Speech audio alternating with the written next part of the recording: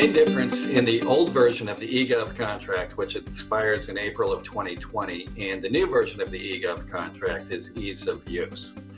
On the old version of the contract, if you wanted to build a website and then host the website and provide ongoing maintenance, you had to use 3 separate contract vehicles to do that. For instance, when we built the award-winning school quality profiles for the Virginia Department of Education, we built it using the CAI Statement of Work contract for application development.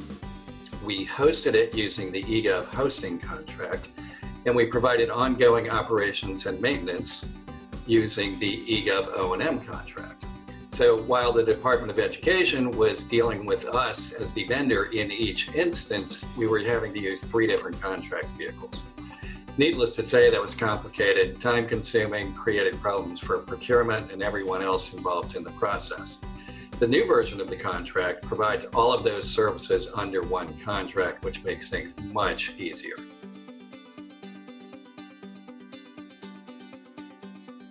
Another major difference between the old version of the eGov contract, which expires in April 20, and the new version of the contract is you can no longer get hosting only on the eGov contract.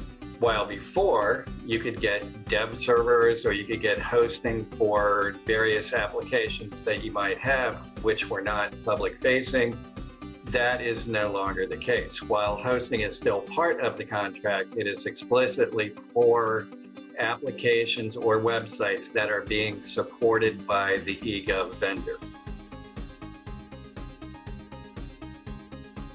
Another difference between the contracts is the way that the pricing works. The hosting pricing has not changed dramatically, except that it's come down, reflecting changes in the broader market. The O&M pricing works somewhat differently, though. Previously, O&M was pretty much on a time and materials basis, and it was somewhat a la carte in that you could pick the services that you needed. The way that the O&M pricing works now is you get a pre-selected bundle of services that the vendor has negotiated with VITA, and those are provided to you at a fixed price. The advantage of this, of course, is you know what the price is, but even more important, the services that are being provided to you are services designed to ensure that you stay in compliance with SEC 501 and 525.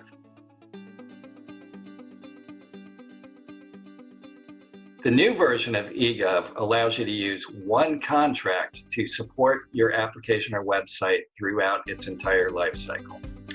Secondly, you can no longer use the eGov contract to get hosting only, particularly dev servers, although you can get hosting and O&M, obviously, on the new contract.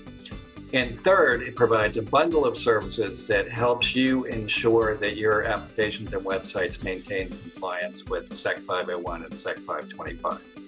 If you have any questions at all, we'd be happy to discuss them with you. Thank you.